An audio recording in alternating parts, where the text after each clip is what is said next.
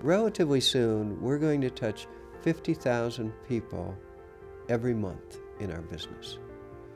And if those 50,000 people are happy, it literally guarantees our success.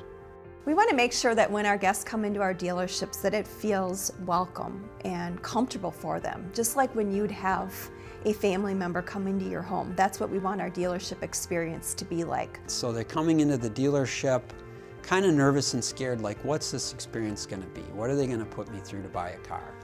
And I think if you just think about all the things we're really taught with the Bergstrom basics, you know, have a warm, friendly greeting, try to use their name, be positive, do the things that are going to be what they want. I mean, this is their show, you know, they've worked hard to earn this money to buy this car, and it should be really a good experience for them. When a guest inquires about a vehicle, the reason why they like to see the picture is they now know that vehicle is at your store. Number one dissatisfier to a guest is when you tell them you have the vehicle and it's not there. A guest inquires saying, tell me about this vehicle, and one of our sales consultants took it upon themselves to do a video of themselves with the vehicle the guest was inquiring, talking about the previous owner. Now, not giving name or person, but they had taken that vehicle in trade, so they could say, this is how the previous owner took care of this used vehicle. This is how special this vehicle is. Here's the options that it has. I'd love to take care of you. My team and I want to sell you this car. Come buy it from me.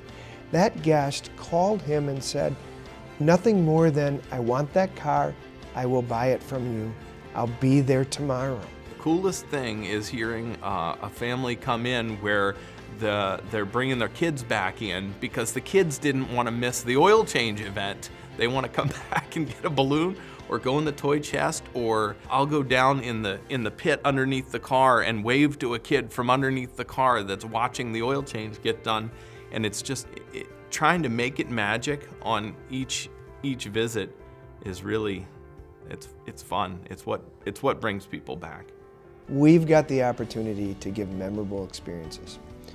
And whether we like it or not, we're only seeing a guest on average twice a year.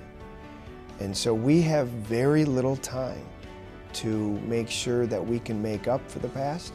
And when we only see them twice a year, that experience better be good. It better be memorable. They're paying for it. So we work together to make sure we give this Disney-like experience for the 2 times a year when we see them. One day I just came to the realization that this isn't about teaching rules or basics.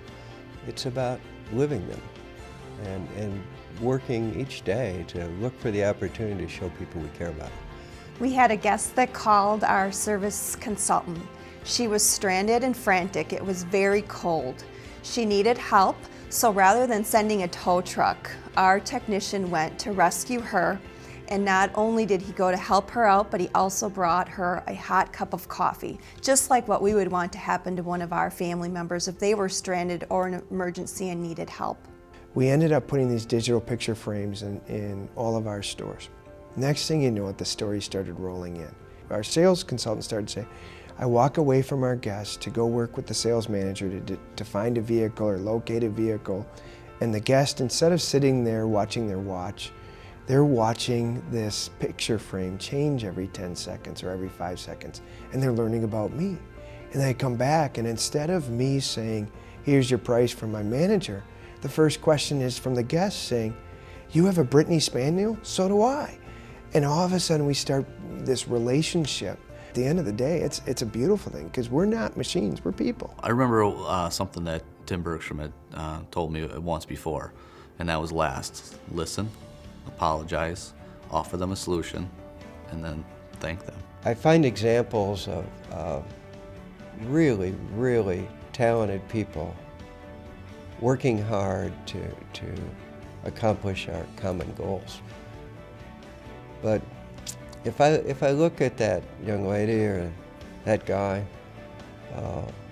I know behind him there's a family, there's a house payment, there's a kid's education that they got to save for, there's an orthodontics bill, and there's also a support team that's saying, Mom, go do it, or daughter, go do it, or husband, I'm proud of you.